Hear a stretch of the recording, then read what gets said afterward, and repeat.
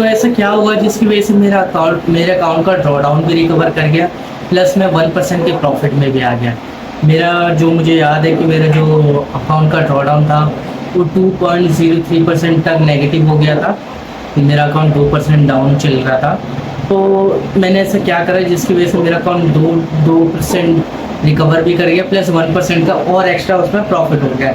जैसे कि आप मेरी स्क्रीन पे देख पा रहे होंगे, ये फंडेड फ्राइडे की वेबसाइट मैंने ओपन करेंगे, जिसमें मेरा फंडेड चैलेंज चल रहा है 15,000 का, $15,000 का। ये इसका डैशबोर्ड है। आप डैशबोर्ड पे देख पा रहे होंगे कि इसमें लिखा हुआ है कि आपका अनरियलाइज्ड प्रॉफिट जो अकाउंट से ऊपर है वो है $155 का। 1% का इसमें प्रॉफिट है जो मैं इसमें दिखा रहा हूँ आपको।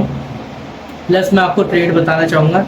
मैंने 30 तारीख को एक ट्रेड लिया था जिसमें मैंने यूरो को बाय किया हुआ था, जिसमें मैंने $248 का प्रॉफिट करा था।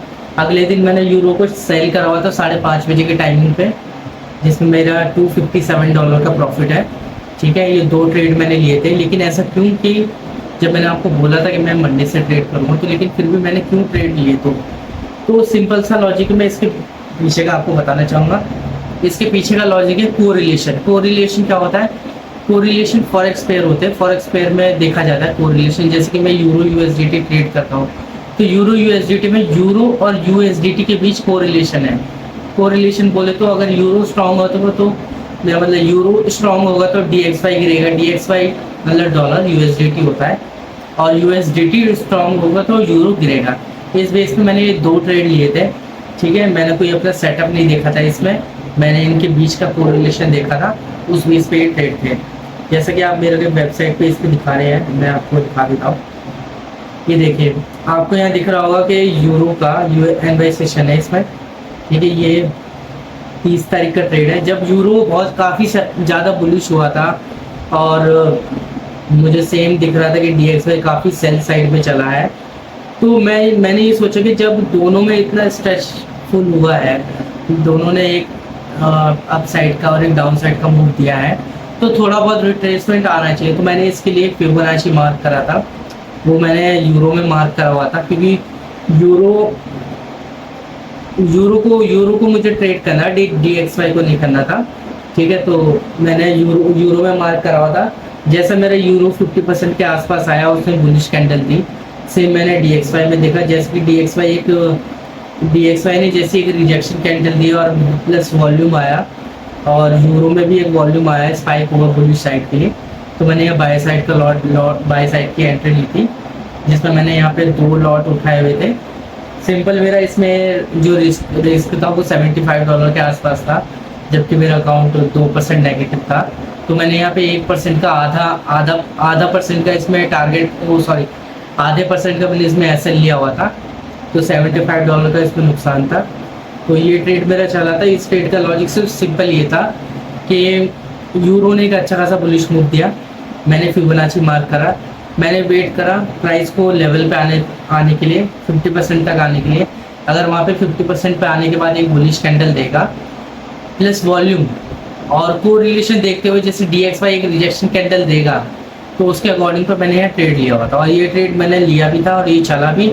इसका एग्जिट पॉइंट सिंपल ये था कि जैसे मुझे एक रिवर्स कैंडल मिलेगी और DXY में जैसे कि एक रिवर्स कैंडल आएगी, जैसे कि बाय साइड का ट्रेड था, तो DXY में सेल साइड की कैंडल और बाय साइड की कैंडल आएगी, तो मैं उसमें तो उसको देखते हुए मैं इस ट्रेड को कट कर दूंगा। तो इस ट्रेड में मैंने $248 का प्रॉफिट करा था। ठीक है, और भले ये थोड़ा और ऊपर तक गया था, लेकिन मेरा वो नहीं था, मेरा सिंपल ये था कि मेरे को अपना अकाउंट रिकवर करना है। ठीक है, सेम ट्रेड मैं आपको अगले दिन का दिखाना चाहूँगा।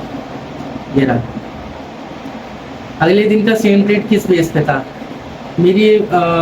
जैसे कि ये आपको दिख रहा होगा, नीला बॉक्स है, ये एशिया सेशन है, और ये ग्रीन बॉक्स लंदन सेशन है, और ये वाइट बॉक्स न्यूयॉर्क सेशन है। ठीक है, तो सिंपली मैंने अपना देखा था कि मैंने यूरो को मार्क करा हुआ था, प्लस यूरो USDT जो था एक 4 आवर के सेल जोन पे भी था।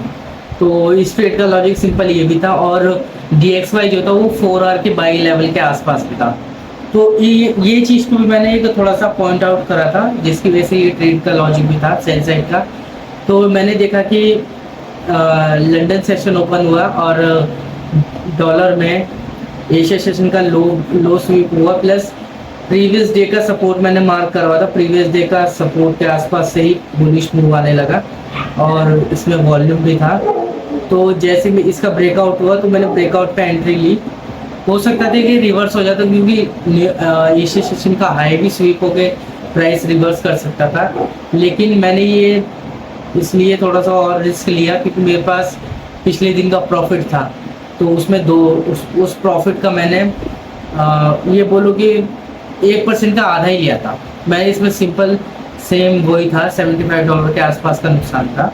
ठीक है, तो सिंपल मैंने इस ट्रेड को भी लिया। अगर ये घूमता तो ठीक था, मेरा मतलब अगर ये घूम जाता तो शायद ये लॉस ही देता, लेकिन मेरे को ये भी पता था कि जो मैंने फिबोनाची के हिसाब से DXY में लेवल मार्क करा हुआ है, कम से कम प्राइस को उतना तो ऊपर जाना ही चाहिए।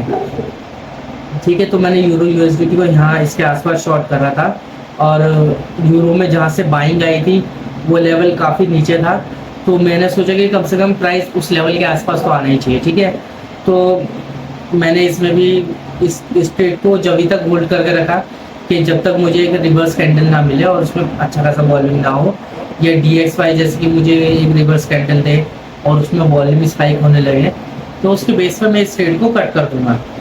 तो ये ट्रेड मेरा थोड़ा अच्छा ज़्यादा चला था।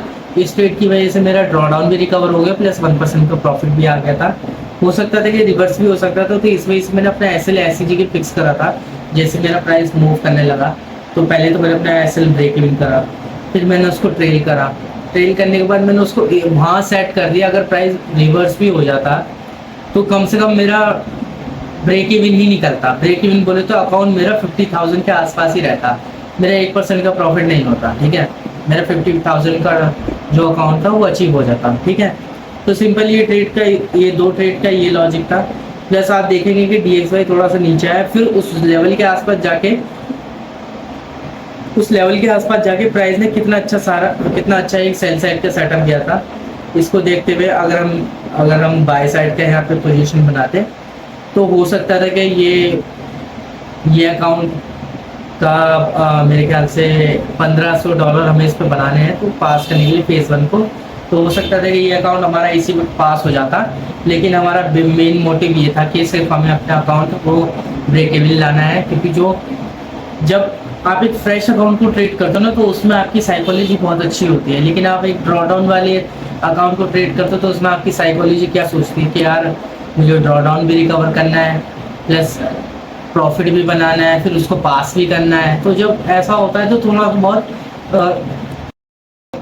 थोड़ा सा रिस्की हो जाता है आपके लिए। ठीक है, लेकिन अपना ड्रॉडाउन भी रिकवर हो गया, प्लस 1% का प्रॉफिट भी आ गया इस अकाउंट पे। आप ये डैशबोर्ड देख सकते हैं, मैं आपको यहाँ पे एक रिफ्रेश करके दिखा देता हूँ। ठीक है, रिफ्रेश हो रहा है, ये आप देख सकते हैं मेरा अकाउंट भी रिकवर हो गया, प्लस 1% का प्रॉफिट है। तो मंडे के लिए हम क्या मंडे का मेरा प्लान क्या है? मंडे का मेरा सिंपल प्लान है कि मैं प्लस अपना सेटअप देखूंगा, प्लस कोरिलेशन देखूंगा, प्लस मंडे को सिर्फ एक ही ट्रेड प्लान करेंगे, या तो लंदन सेशन में प्लान करेंगे या एनवाई सेशन में। मुझे जहाँ तक लग रहा है मेरे को एनवाई सेशन में थोड़ा ट्रेड नहीं मिल रहा है अच्छा सा इस वक्त।